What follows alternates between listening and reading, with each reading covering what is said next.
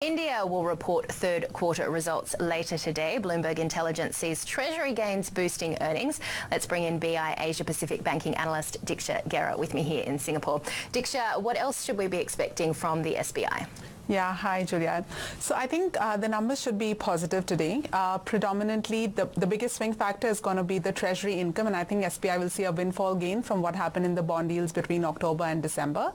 Other than that, loan growth should pick up from the 8.6% that they had last quarter because of a couple of factors.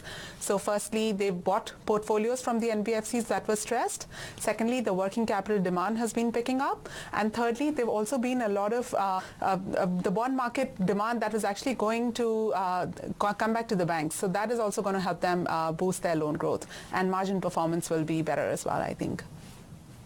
Diksha, let's talk about the elephant in the room, asset quality. How do you think SBI will fare on that front?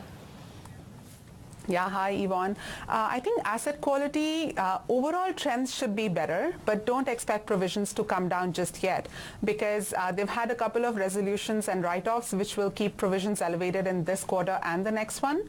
But overall gross NPL ratio should be coming off, and also the new NPL formation, that should be below 2%, well below 2% in this quarter, I think.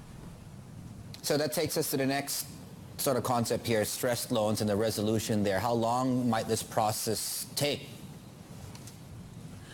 So I think Jet Airways and ILNFS are likely to remain NPLs for them this quarter. Okay. And for Bhushan Steel and for Bhushan Power, SR Steel, that is likely to get resolved sometime around fourth quarter as well. So those two areas we don't expect to move this quarter.